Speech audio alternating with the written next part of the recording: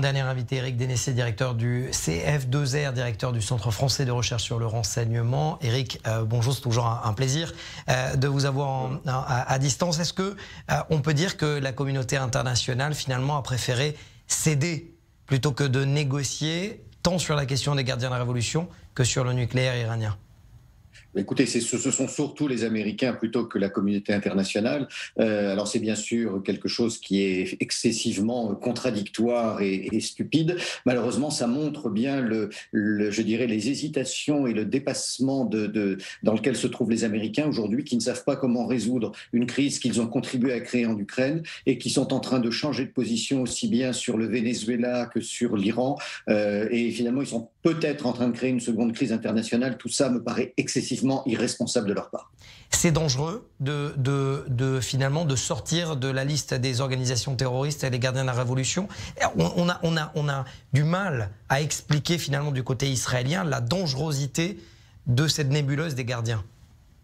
Alors bien sûr, vous êtes quand même l'État au monde qui connaissait mieux les gardiens de la Révolution. On les connaît un petit peu ici en Europe et en France, puisque dès lors que les entreprises cherchent, en tout cas avant que le JCPOA soit remis en cause, on avait toute une série de ce qu'on appelle due diligence ou de background check sur les entreprises françaises qui reprenaient les affaires avec l'Iran, ce qui permettait d'identifier effectivement toute l'architecture des passes d'Aran à peu près partout. Bien sûr, nous ne sommes pas confrontés au premier chef à leurs actions, donc on perçoit évidemment beaucoup moins la dangerosité. En tout cas, le monde des experts sur les questions géopolitiques le mesure, lui, de manière beaucoup plus claire. Alors Éric, je vous ai demandé également de participer à ce numéro de défense concernant le dossier ukrainien, un mois après l'entrée des forces russes en Ukraine. Qu'en est-il ? Est-ce qu'on a une idée, est-ce qu'on peut se faire une idée de la stratégie de Vladimir Poutine ? Alors non, c'est très difficile à faire parce qu'on ne connaît pas ces buts de guerre réels, mais surtout ce qui me semble important à expliquer aux auditeurs, parce que vous n'avez pas la même perception des faits qu'ici en France, nous sommes probablement dans la plus grande désinformation qu'on a connue des deux côtés. Il y a bien sûr une propagande et une désinformation, en tout cas une information très orientée côté russe, c'est bien évident, mais pour la première fois depuis des décennies, nous avons exactement la même chose ici en Occident, puisque toutes les chaînes russes sont interdites, donc il est très difficile d'avoir un point de vue, et je vais vous faire sourire, mais nous parvenons quand même à faire un peu de triangulation en regardant les chaînes arabes qui sont présentes sur place, ça nous permet de voir. Alors, deux choses, la vision occidentale, c'est que l'armée russe s'enlise, qu'elle a tout raté, que c'est une déculottée militaire totale, et bien évidemment, quand on écoute l'autre côté, on a une vision très différente. Tout ça pour dire que finalement, il est très très difficile d'avoir une idée de ce qui se passe. Alors, il y a quand même bien sûr quelques éléments. Nous ne pensons pas que Vladimir Poutine avait pour but d'envahir l'Ukraine et surtout de la contrôler.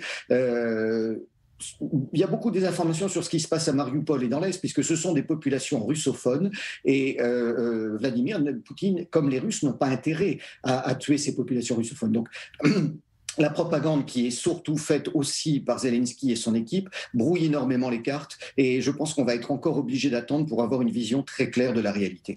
Est-ce que je comprends à travers vos propos qu'il y a aussi une volonté, notamment des États-Unis, de déplacer le curseur de l'information, plutôt de la désinformation concernant cette guerre, où très peu d'images filtrent ? Oui, bien sûr. Alors d'abord, c'est tout à fait anormal l'invasion de l'Ukraine est quelque chose d'anormal.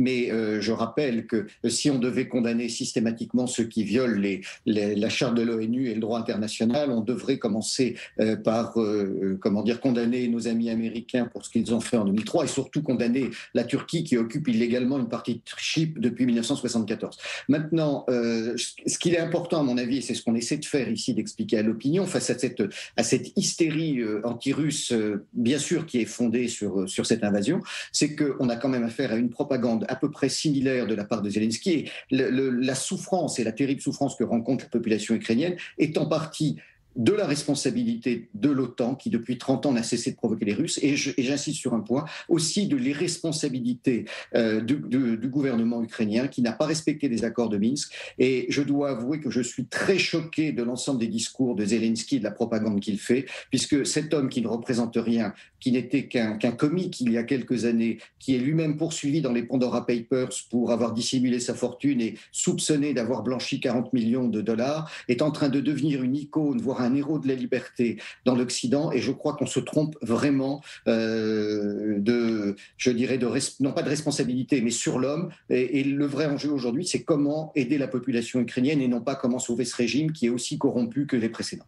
Alors justement, c'est ce qui m'amène à la question, c'est-à-dire que est-ce qu'on n'est pas en train du côté de la communauté internationale de se tromper de cible, c'est-à-dire qu'au lieu de sauver la population elle-même ukrainienne qui est sous les bombes russes, on est en train de sauver le président ukrainien qui est dans son rôle, il faut le dire. Absolument. Oui, non seulement il est dans son rôle et il a finalement eu un rôle d'entraînement sur cette partie de la population qui veut résister à la Russie. Il faut quand même rappeler que depuis 2014, il y a eu des traitements inhumains et des attaques très importantes contre les populations du Donbass. Il faut toujours rappeler ça sans chercher à justifier quoi que ce soit.